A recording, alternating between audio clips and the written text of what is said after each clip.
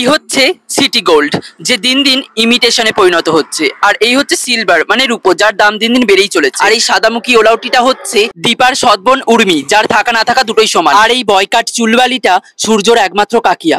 Finally সূর্য, যে অস্ত যাওয়ার নামই নিচ্ছে না। আজ নববর্ষ আর দীপার জন্মদিন একসাথে। হ্যাপি বার্থডে দীপ। এই কি দীপা কোথায়?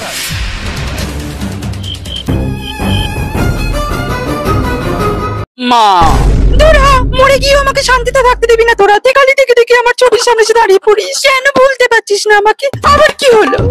মা, তোমার নাতনি সিটি গোল্ড যে ওলটাকে বিয়ে করে নিচ্ছে, রুটি না ফুটি, ওকে আমার একদম সুবিধের মনে হচ্ছে না। সে তো প্রথমে তোর মুখটাও আমার পছন্দ হয়নি, কিন্তু সেই তো টিকে গেলি, আমি মরে ভূত হয়ে গেলুম। মা তুমি কিছু একটা করো।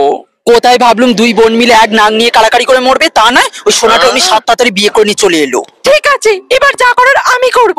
তোর সাথে যেটা করতে পারিনি সেটা ওই রুটির সাথে করব, তাহলে যদি আমার এই অতৃপ্ত আত্মাটা একটু শান্তি পায়।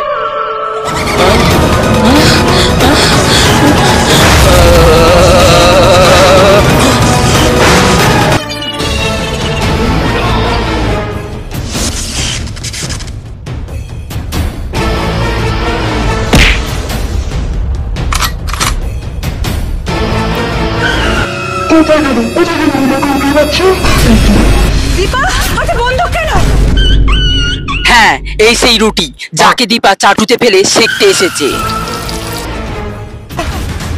দীপা বন্দুকটা নামাও। শয়তান! আজ যে অমাবস্যাই বা পূর্ণিমাই হোক না কেন, তোকে খুন করে তোর রক্ত খাবো আমি।